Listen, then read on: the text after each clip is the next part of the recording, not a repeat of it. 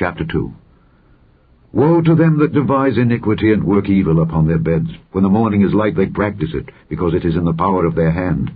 And they covet fields, and take them by violence, and houses, and take them away.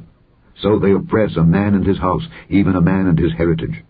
Therefore thus saith the Lord, Behold, against this family do I devise an evil, from which ye shall not remove your necks, neither shall ye go haughtily, for this time is evil. In that day shall one take up a parable against you, and lament with a doleful lamentation, and say, We be utterly spoiled. He hath changed the portion of my people. How hath he removed it from me? Turning away he hath divided our fields.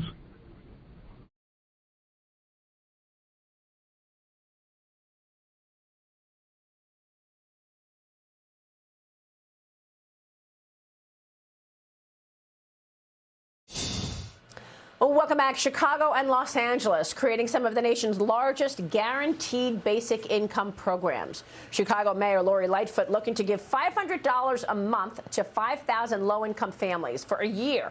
The effort would cost roughly $32 million and be funded by federal pandemic relief money. Meanwhile, in L.A., the mayor and governor is set to pay $1,000 a month to 3,000 families. This pilot program was just approved by the Los Angeles City Council yesterday. Brian, these are exactly the kinds of programs that are being considered in this reconciliation bill.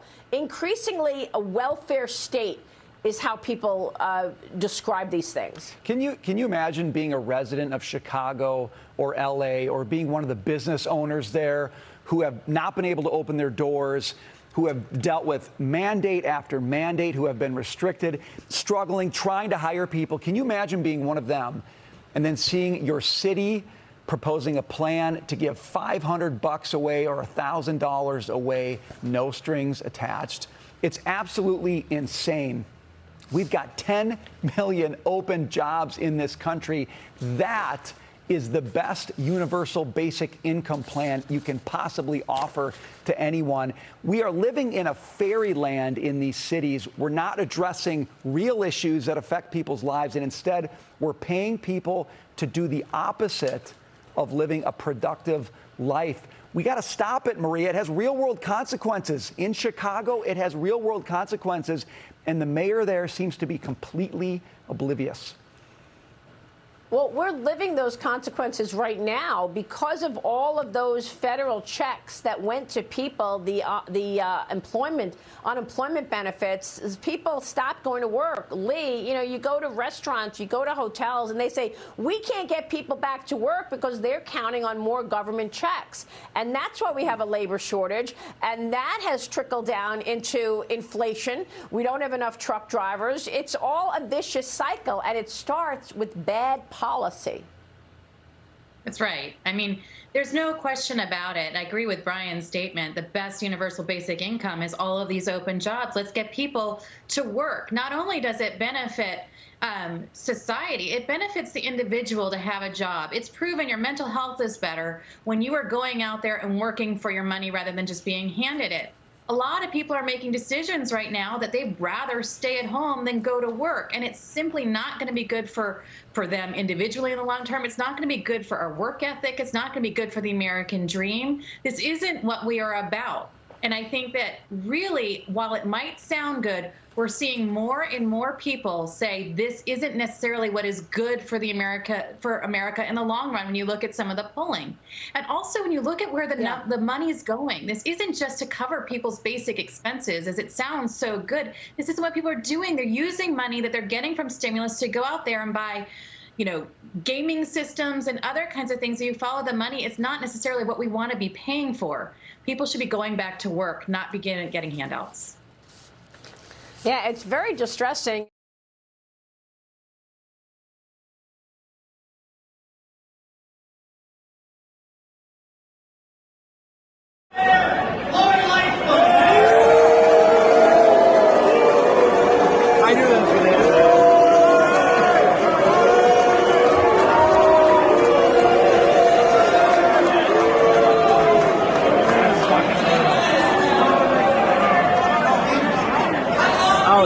Ouch.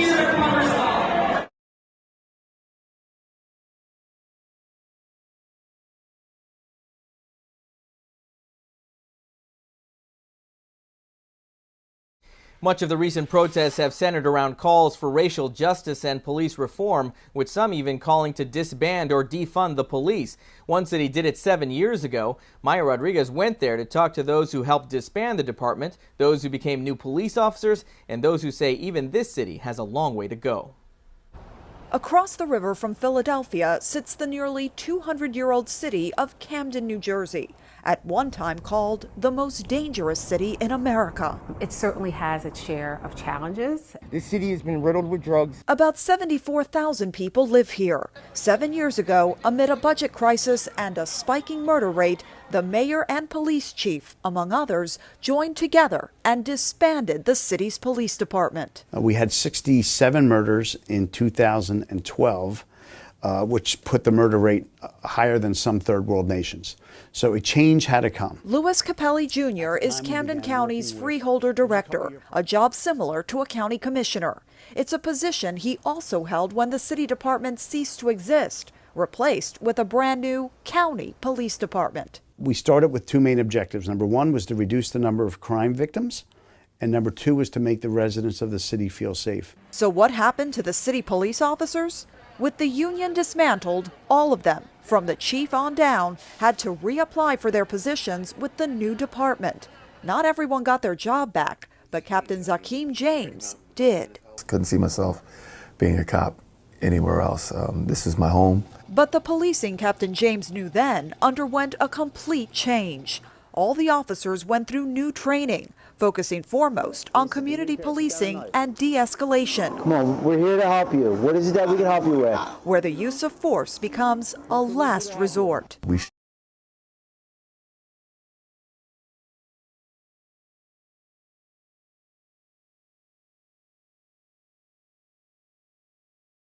We stress interaction with people on a positive note. We reward that as opposed to just the traditional rewards for drug and gun arrest and solving violent crimes. We also reward officers for being integral parts of the community. In the years since the changes, Camden's crime rate fell. Since 2014, violent crime is down 36%.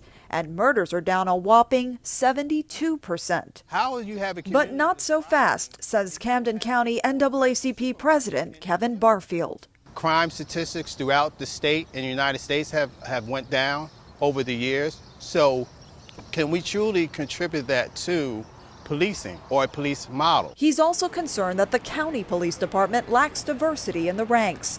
Minorities make up about half the force, and few are part of the higher ranks, in a city where 95% of the residents are either African American or Hispanic. The problem is that the police department does not reflect the community that it serves. And that matters a lot, says Dr. Naima Watson, head of civic engagement at Rutgers University's Camden campus. We still want to see broad swaths of diversity in all ways, because until there is a deep cultural shift, not only in policing, but against systematic oppression of blacks, we're still going to have a fear and mistrust of the police. County officials say they're working to address that, but add that the changes in policing in Camden shouldn't be discounted.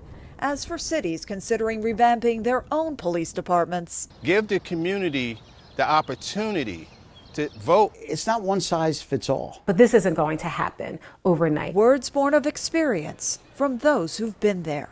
In Camden, New Jersey, I'm Maya Rodriguez reporting.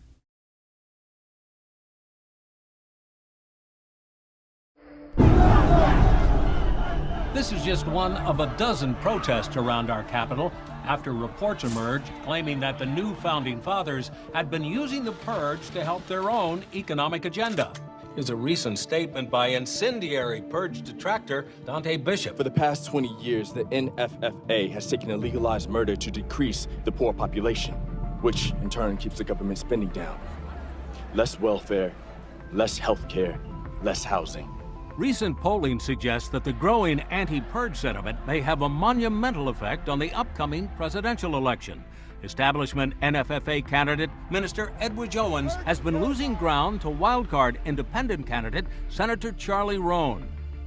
18 years ago, Roan was forced to watch the brutal execution of her entire family on Purge night and entered the political arena soon after with one goal in mind: to put an end to the annual holiday. I have no doubt that the soul of our country is at stake.